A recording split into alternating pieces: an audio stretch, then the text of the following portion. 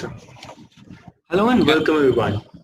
The entrepreneurship cell of LBS SIAM is back with yet another episode of What's Up Startup. And today we have with us as our guest of honor, Mr. Peyaranjan Kumar. Mr. Kumar is awarded Most Inspiring CEO CXO Award 2020 in Beauty and Fashion. He has rich and diverse experience of more than 15 years in organizations such as Nivea, Mars Chocolate, Aditya Birla Fashion Retail Limited, and currently he's working as a COO of Iconic Fashion India, which is a premium destination featuring 80 plus international brands and spread over 19 cities. I welcome you, sir, on the behalf of full entrepreneurship cell of LBS. I'm very honored to have you. How are you, sir? Thank you for the warm introduction and looking forward to this session. Great, sir. So without much ado, let's move on to our first question. Sir, so how is the fashion industry coping with the pandemic when fashion takes a backseat in people's priority list and more people are staying inside their homes? How is the fashion industry coping with this?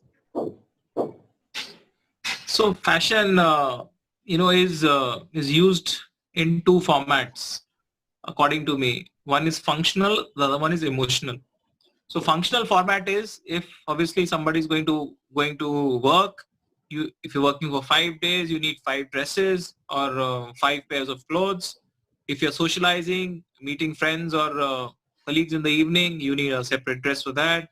If you're partying, and if you are going to your kids or some relatives' birthday parties or marriage parties, you need apparel for that. If you're going on a holiday, you need apparel for that.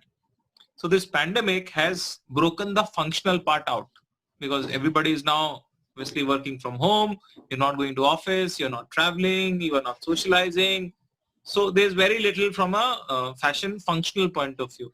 However, the emotional part is the emotion which is there, which a person wants to look good, wants to feel good. And that is, how do you feel good as a person? You feel good only through materialistic possessions, whether it's a car or a house or simplistic put, then it's about how you look makes you feel good. And what makes you look good is if you're wearing a nice pair of clothes. So therefore, what I will say is that the pandemic has still not been able to break the emotional part. The need to look good definitely is going to be there with every individual, whether it's COVID, non-COVID, post-COVID, pre-COVID, that need still exists.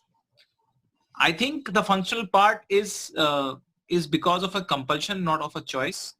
Tomorrow, if let's say in the next couple of months, 3-4 months, we've got a vaccine in place, things will come back to normal very, very quickly. So functional part will come back. So I don't think that this is a long-term problem. Having said that, fashion retail business specifically is a high cost model and a high fixed cost model because you're operating stores.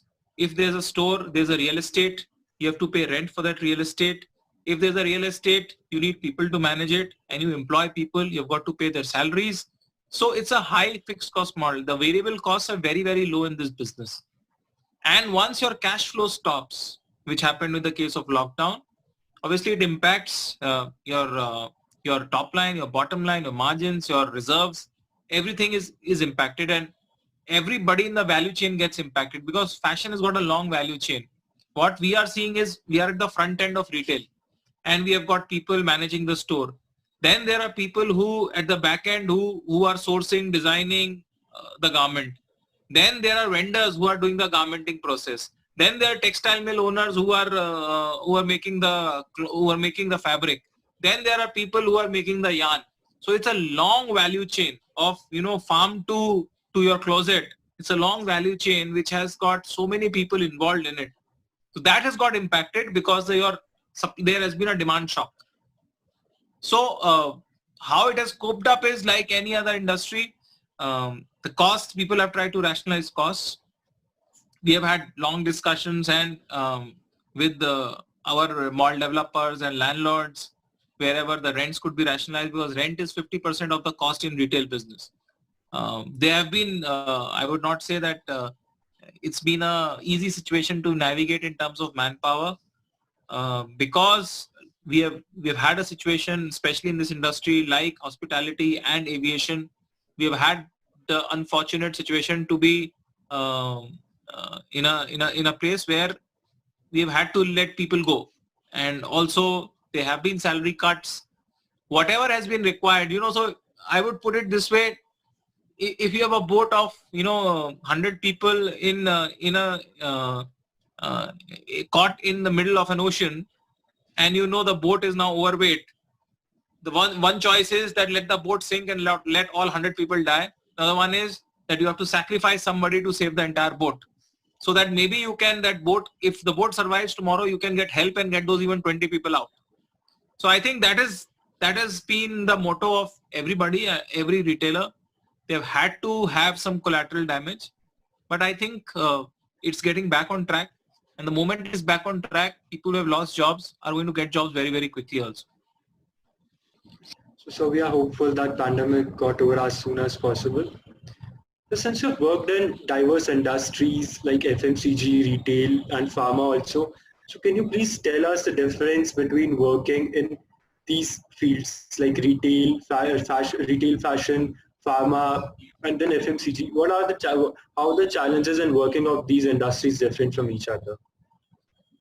See, I think it's very, very different, and also it starts from your individual capacity to take on a risk, because the moment you change your industry and change a sector within FMCG is also a large industry, but even in FMCG you've got different types of product categories, and I would say that I had the good fortune of working in different product categories within FMCG as well. They are very, very different. So starting off, I started my career with Aditya Birla Group as a management trainee, where I was selling a B2B product. It was an aluminum roofing sheet. The channel, the people, the way the business operated was very, very different. Because you're ultimately selling to a factory owner or you're selling to a large industrial house. So the way you are selling, the channel and your relationships become very, very important. When I went to pharma industry operates very differently, because if you walk into a chemist store, you will find that the number of SKUs which a chemist keeps is about 10x of a grocery store. Simply because if you take a category like toothpaste, you will have 5 brands or 7 brands in toothpaste. But let's say you take a product category like a paracetamol, you will have at least 100 brands in paracetamol. So, and if you have 100 brands in paracetamol, it becomes impossible for a chemist to buy from one distributor, because one distributor may have about 2 or 3 brands, 4 brands. So what happens is in pharma, you have a wholesale model of distribution.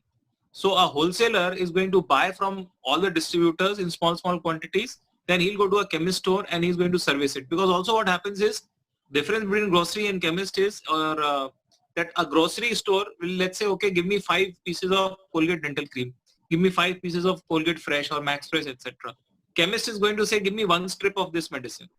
Give me 1 strip of this medicine. So the cost of servicing for a distributor becomes very large. He's selling much lesser number of brands. Within that also, there will not be a quantity which the chemist is going to buy. He's going to buy 1 strip, 2 strips. So the cost of servicing becomes very, very high. Therefore, you have a wholesale model of distribution. Wholesaler comes in between. He gives 100 companies to option of 100 companies to a chemist, and he knows that he's going to order 1 strip. So he orders 1 strip. So it's a win-win situation. So it's a wholesale model of distribution.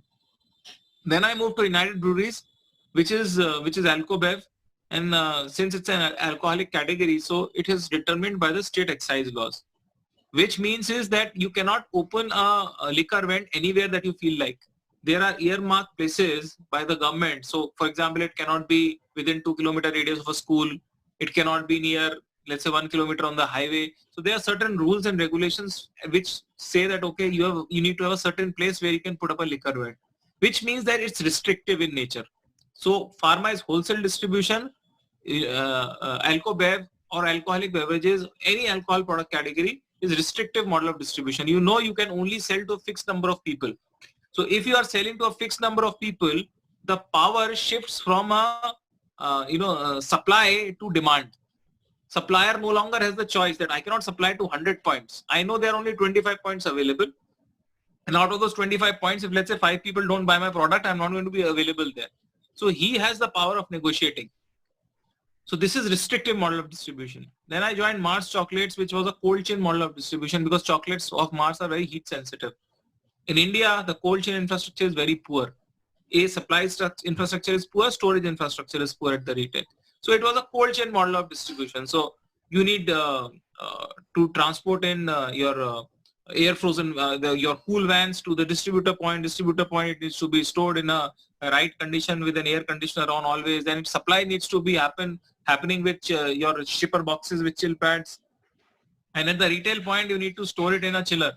So I think the whole value chain is very, very different, because what it means is that again, you cannot be placing it anywhere and everywhere that you feel like. You need to be placing at the right places where you feel that, okay, there's infrastructure and the quality of the chocolate can be maintained. So this was my first, 5 years of my professional journey. I had the good fortune of working in different product categories within FMCG itself. Then came Nivea, which was like personal care. Personal care again is very different from foods. It can be sold anywhere and everywhere that you feel like, because it sells in grocery stores, it sells in chemist stores, it sells in supermarkets, hypermarkets, everywhere. So because it's a product category that's easy on that anybody can consume. Retail was very different, because your first 10 years I was in FMCG, and FMCG teaches you, or the only requirement in FMCG is top line. You are only driving sales. Apparel retail, you are at the position which I joined as a business head, I was responsible for the bottom line. So if you're responsible for the bottom line, which means you are responsible for, the complete, your role becomes equivalent to a CEO, that since you're responsible for the bottom line. So it's a 360 role, where you look at merchandising, you look at human resource, you look at commercial, you look at costs, you look at operations, you look at new store development. So that's a huge value add which comes from a skill set point of view in retail compared to FMCG, which is a unidimensional role in terms of driving sales. Thank you, sir. You have enlightened us with your journey so far. It was really rich and diverse at the same time.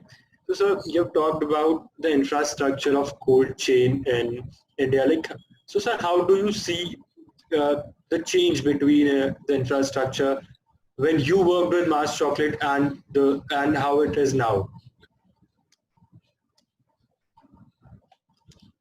The infrastructure is definitely improved. There's no doubt about it. Last 7 years, if I look back, the infrastructure has improved. Coke and Pepsi have started to put more chillers. Cadbury started to put more chillers. The air conditioning, because if you look at the supply side, any infrastructure has to be complemented with your electricity supply. Because chilling infrastructure cannot work without electricity. Now, if you will look at it, India, gone are those ages, or gone are those days when there used to be power cuts of 5 hours or 7 hours in localities and homes and commercial areas.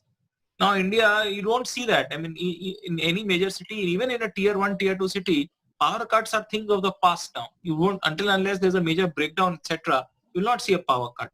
So since the supply side got corrected, and India became, at some level, it has become electricity surplus country.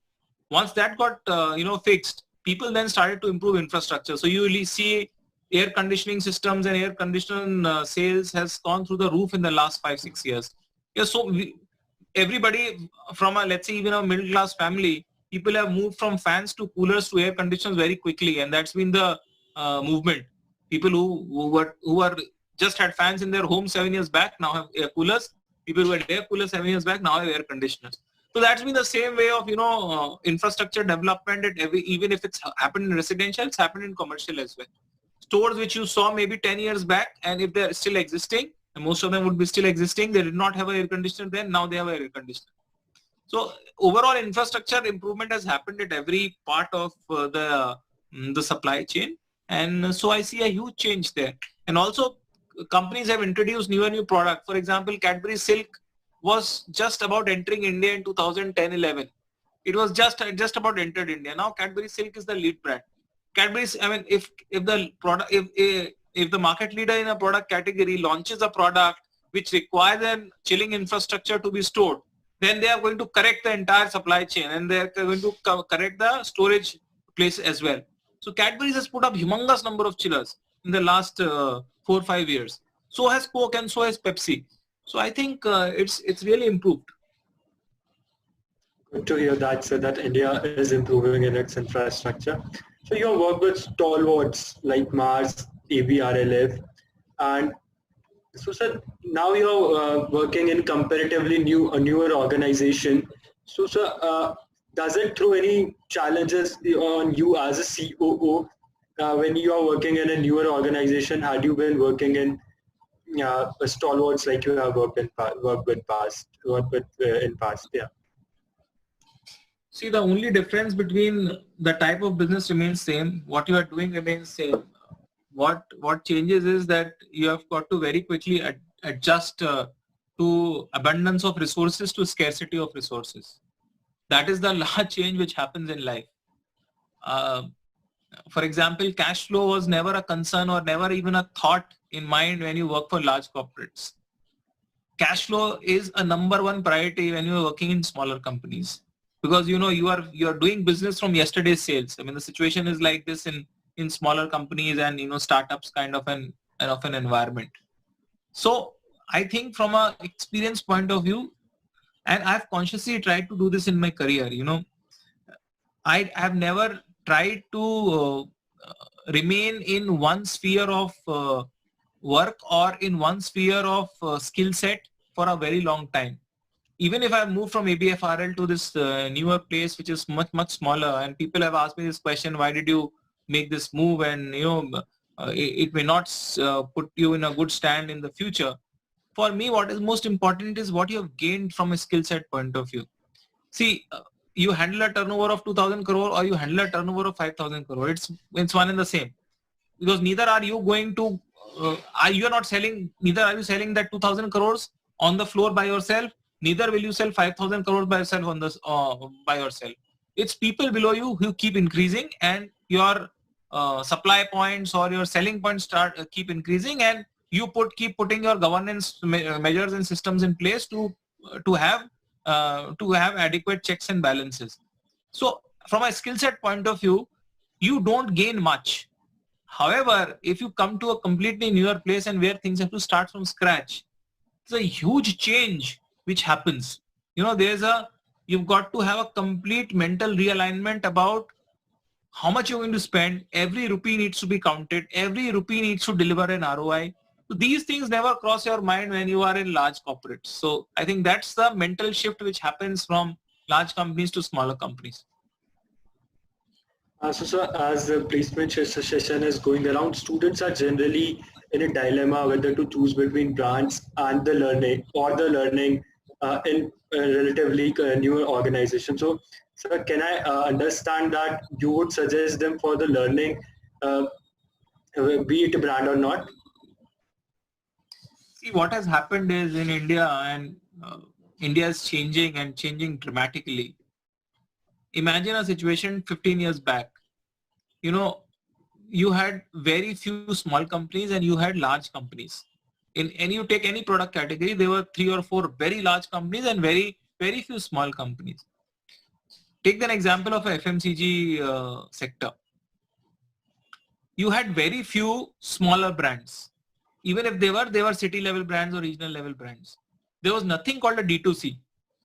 Any brand could not have reached a consumer directly because there was no technology. The only way possible was you put up a sales channel, you put up your CNF agents, you put up your distributors, you put up your feet and street, and then you can supply to the retailers, and retailers will sell to consumers.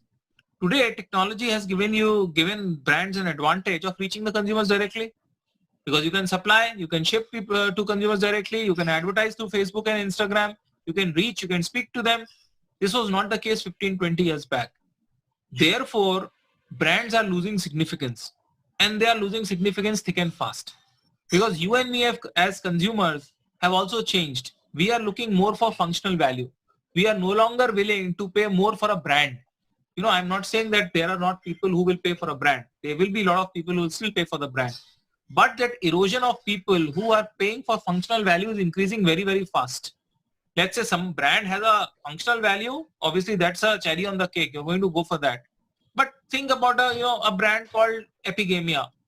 It sells premium yogurt. You think about a brand called Raw. It's a premium fresh juices. And there are many other brands which are available. I mean, you scroll through Facebook or whatever. I mean, you go to Google, you'll find so many brands, and you are not averse to trying them these days. As a consumer also, the Indian consumer has also changed. You are more and more risk taking, as long as the risk is rational and relatively small. Obviously, you will not order, let's say, a 25,000 rupee product from an unknown source, but you can definitely order a 300 rupee product from an unknown source or unknown brand, as long as it is giving you functional value. See, in the name of COVID, in the name of your immunity build-up, so many brands have sold so many products, newer brands, which are not even in existence 5 months back. So I think from a placement point of view, when you ask this question, because the entire landscape has become democratized, it has become so democratic for anybody. Tomorrow I want to launch a brand, I don't have to worry about the channel. I don't have to worry about anything. I'll get approvals online. I will get manufacturers to make that product online. I can get the branding approved online. I will make the payment online. Manufacturer will deliver the product to me through his shipping agents. I will deliver the product directly to the consumer through a third-party shipping company. It could be Blue Dart, it could be FedEx, it could be Shiprocket, anybody. So sitting at home, you can make a brand. Now you tell me 15, 20 years back, this was not the case. It was impossible to do it.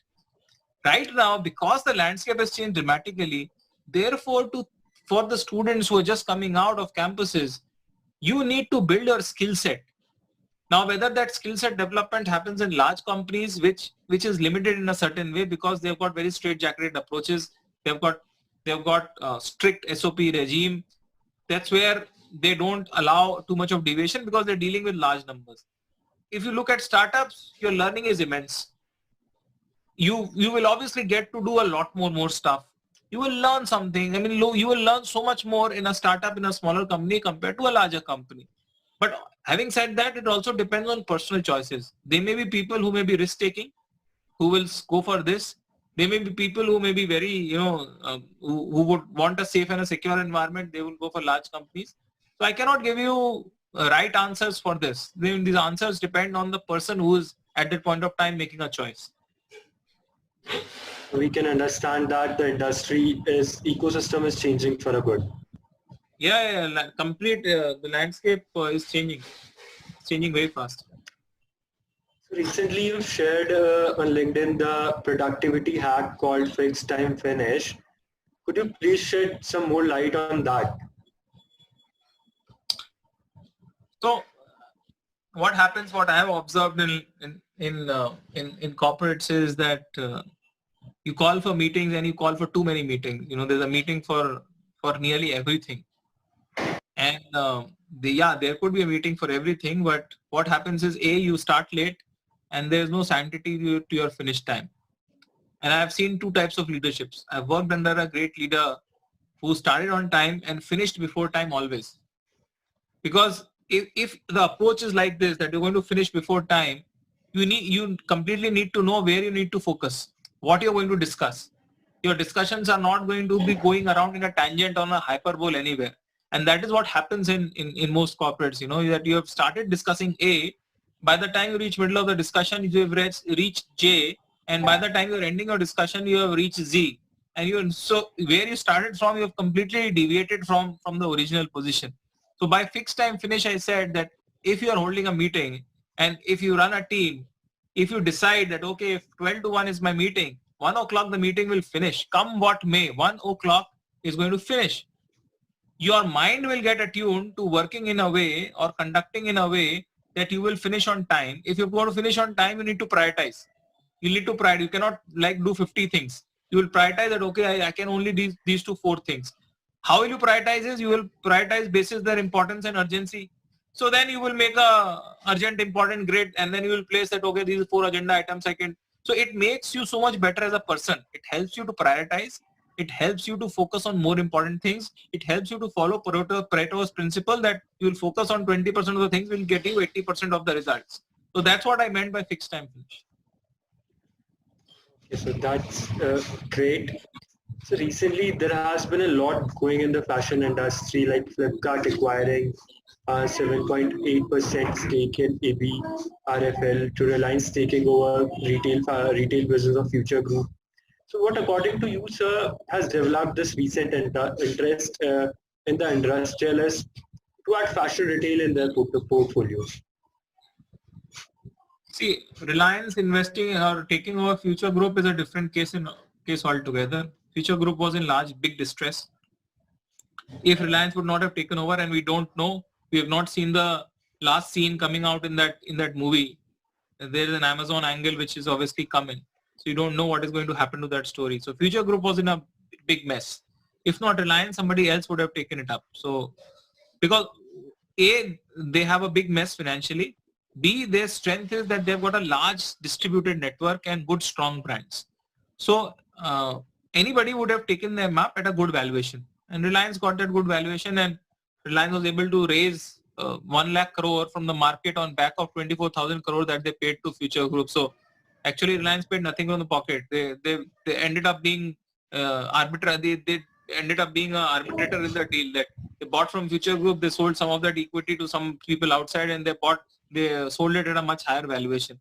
So Reliance and Future Group deal is very different in nature, because everybody is vying for the Indian retail grocery pie, because 40 lakh crore is the retail market of India, and 60% of that is your grocery market. So 24 lakh crore is the market which is grocery, which is 95% dominated by mom and pop stores, small stores. So there is a huge unimaginable headroom to make this into organized.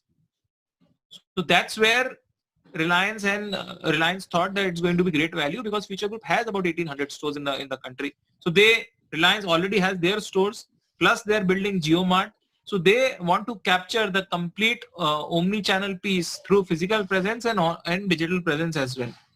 And it's 40 lakh crore and another 24 lakh crore is a huge market game. Yeah? So therefore the opportunity size is immense. And therefore from a point of view of valuation, from a point of view of brand and the opportunity, these three things combined put together is what Reliance and Future deal is all about.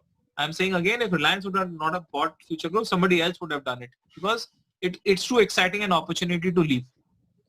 Second part, your question, ABFRL, Flipkart taking up stake of Flipkart, yeah. 7.8% in ABFRL. So like all fashion companies, the first question which you asked, all fashion companies have gone through deep shit in the last 5-6 months. The reserves has run out. Even for large companies, the reserves have run out. Therefore, it made more sense and if you will understand ABFRL's story, they had just done a rights issue of about 1,500 or 1,000 crores just a couple of months back. So they are doing all of this to fund their balance sheet, because balance sheet is suddenly looking very hollow, because their expenses, larger the corporate, larger the expenses, fixed expenses. I told you retail is a fixed expense model. So all their fixed expenses were very, very high. 3 months of zero revenue has really drained the balance sheet out completely. So what they wanted to do was strengthen the balance sheet. First they did a rights issue. And once they realized that, okay, revenues are still not in line, so they looked for strategic partners. Flipkart was one. Other way was a great opportunity, because fashion retailers also realized that the game is no longer limited to physical presence. You need a credible online presence as well. So it fitted both things, that you could have a great online presence through Flipkart. You could be the preferred brand for Flipkart Myntra combination. A lot of Flipkart Myntra brands can retail through ABFRL stores. So it's a symbiotic relationship which can happen. Along with that, it's a good valuation which Flipkart was able to give. From Flipkart point of view, they are doing everything possible to gain foothold in physical presence, because they are only digital. But in India, going forward, the future is omni. So you need to have physical presence plus digital. Anybody who's only digital will struggle. Anybody who's only physical will struggle. So people need both. So it was, as I told you, symbiotic relationship. Flipkart got a physical presence. ABFRL got a digital presence. ABFRL needed money. Flipkart has loads of money. So, the marriage took place very easily. So it was a win-win situation for both of them. Yeah. So we have observed that you're taking guest lectures or presentations in various B schools. So, sir, have you ever thought about going into academia after your corporate career? I don't know what future holds. What I want to do in the future is definitely I want to. this is my 16th year in corporate world, and I want to have an entrepreneurial stint once, because that is one thing which is very close to my heart, and I want to do it once in my life. And this is more of an interest. This is more of a hobby that you can say that I like to share my learnings, and it's not just related to B schools. If you have noticed my LinkedIn profile, I share whatever I think is relevant, and I share it openly with people. They can learn from it. And I feel great if I can share something which people can have some value add into their life, into their professional life or personal life, because I've also gained from experience. So there's no harm in sharing that experience with everybody. So what these guest lectures in these B schools help me is that it helps me to connect with the generation of today, because very different from 15 years back, 16 years back when I passed out from my B school. So it's very different, very fresh. So it helps to connect. I get that freshness of thought, and the questions sometimes really, force you to think deeply about certain situations. So that is my value add from the system, and it's my way of giving back to the same place where I started my journey from. And if somebody can benefit from my experience, what's the harm? So that's what I look at it. I have not thought of a career in academics in the future, but I am such a guy who says never say never. So it may just happen. You don't know, but yeah, I've not thought anything. Okay, we can expect to see you someday in a B school teaching. For now, it is more of a knowledge sharing thing, right? Yes, yes. So, sir, to wrap up, as someone who's working in the industry for more than 50 years, what would you advise current management students about the skill sets they must possess in order to build their career in fashion retail or in operations? See, it's not about fashion retail or operations, because, what I have realized in the last 16 years of my career is you need only one thing to survive and grow in this, corporate life, which is common sense. Why I've been able to navigate through last 16 years through different sectors, through different geographies, through different cultures, through different companies is because I've never let common sense go away from my way of working. So I don't think that I can give you any specific advice on, building a career in apparel retail and fashion. But what I can give you is that, from management school's point of view, please look at the practical world. Because unfortunately, I wanted to skip my mind when you asked the previous question. What I've also realized is that the B school education has not moved. 16 years back, what was being taught to me still is being taught to students today. The world has changed. You can have a chapter on retail management or a D2C or a e-commerce, but that doesn't help you to learn. What I mean to say is that the concepts are still very bookish. It may work in a book. It may have worked in the past where you had limited options, there were limited opportunities, etc. But today's world requires people or requires students to build functional knowledge, functional practical knowledge. So therefore, what I'm really at some point I'm really disappointed by this is that preschools have not been able to modernize themselves. They've not been able to move with the times. So I think what students need to do is that, for example, a simple thing, you have summer internships, right? Every B school has summer internships. The concept of summer internships is like 50-year-old concept. Why do you have only one summer internship? You have so many theoretical lectures. Why do you have theoretical lectures? Your life, nothing is theoretical. When you move out of a campus, there's no theory that you'll ever use. You'll use practical stuff. Why are people not teaching going out in the market? I will not name the B school, but I was given a task of making a curriculum for a retail management course by a B school, and I looked at few of their sample plans. I was surprised to see that retail management is being taught through Harvard Business Reviews. If you want, Indian retail is so much different from global retail. Harvard Business Review is going to give you a global context which you're not going to use it in India at least. And therefore, there's such a large disconnect. You may teach the concept, you may teach the theory. People who are teaching have never been in the corporate side, have never seen the practical stuff. Therefore, they can teach only theory, and therefore they're only teaching theory. which means that people who are passing out are so theoretical and bookish. They don't have functional, practical knowledge. To, from a skill set point of view, they are underdeveloped. And therefore, it provides a huge challenge in terms of, in terms of your employment generation also. Today's world is such that opportunities are shrinking.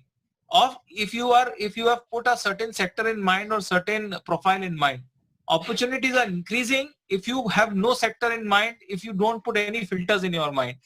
So it's more about gaining practical skill set. I think that is what I will advise students is look for practicality.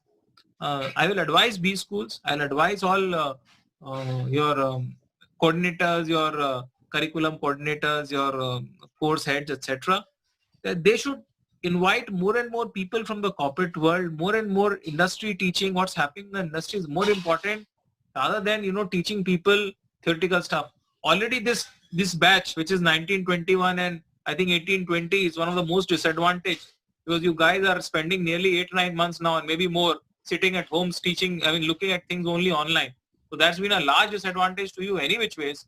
On top of it, if you will learn only theoretical stuff, which people can learn at upgrade also. No, what's the difference between an upgrade and a B school now? You can learn the same thing at upgrade. You can do a business, you can do an MBA from Harvard Business School now, sitting through upgrade. So therefore, what an MBA school should do is a value add in terms of the practical stuff, which I think is missing. Yeah, there must be more inculcation of practical knowledge in the curriculum. With that, thank you so much, sir, for being here. You have enlightened us with your journey. You have literally shared the gist of your 15-year rich and diverse experience with us. And you have shared with us some productivity hack like FTF. So we look forward to have you in campus physically as well. Thank you so much, sir, for being here. All the best. Take care.